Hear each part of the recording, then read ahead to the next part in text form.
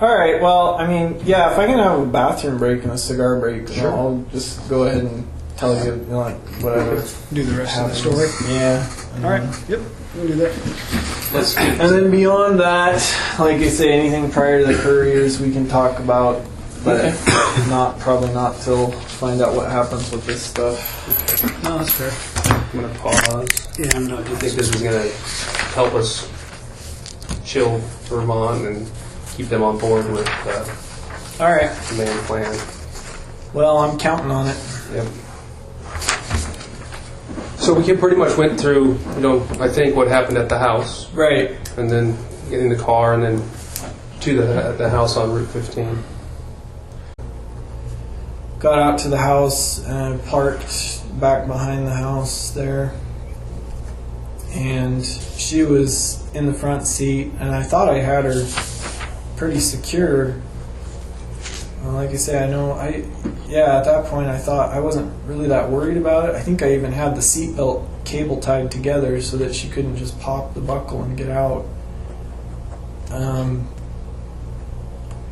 My plan was to take him into the basement, tie him up separate, and then take her upstairs. There were these 2 queen-size mattresses in the upstairs corner bedroom.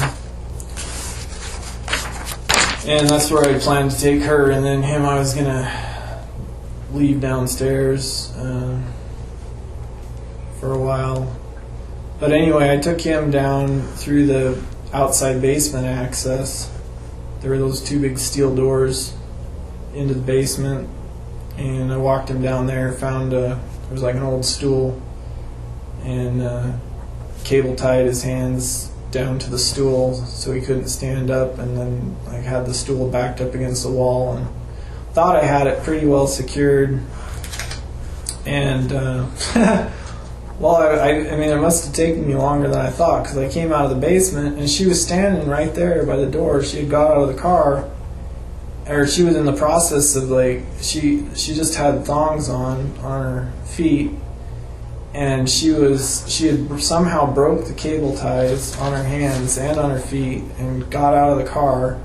She was almost to the road when I came out of the basement, and she saw me come out and she started running, and I tackled her on the lawn and roughed her up a little bit and tied her back up and took her upstairs. And had her lay down on I had the mattresses.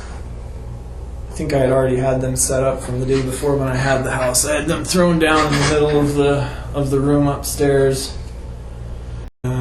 Did another trucker's hitch on that side, and just kept tightening both of them till her legs were like spread eagle, and she couldn't move at all, really. And then I heard some movement downstairs, because at that point she had finally shut up a little bit, and I heard something downstairs, and that's when I started having problems with the guy. I went down there, and he had the stool. He was kind of a big guy, like overweight, and the stool had just collapsed. And I guess when it collapsed, the cable ties that I had on his wrist behind his back, they had broke, and the stool came apart, and I don't know, just messed my whole plan up. So I was kind of pissed off about that, and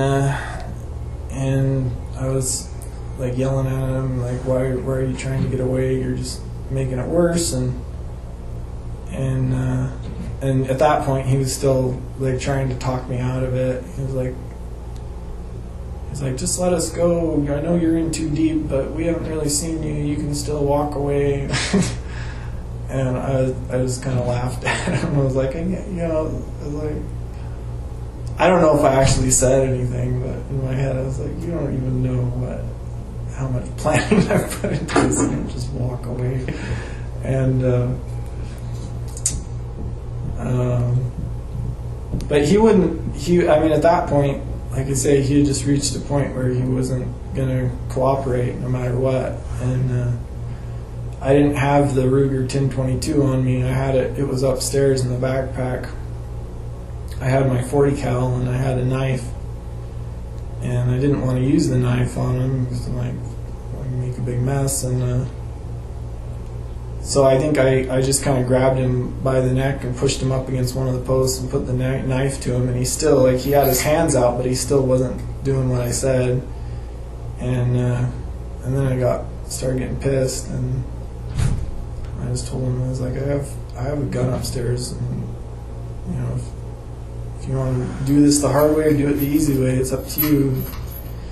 He didn't really believe me or take me seriously or whatever, so there was a shovel in the basement, and I hit him with that a couple times, and he was still trying to wrestle with me and stuff, and I just came to the realization that, you know, he wasn't going to stop fighting, and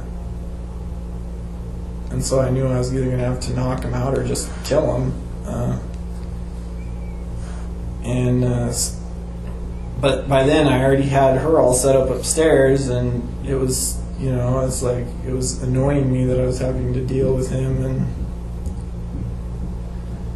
that was part of the whole plan for taking a couple. You know, I had this idea in my head of what was going to happen, and she was screwing it up, I guess. So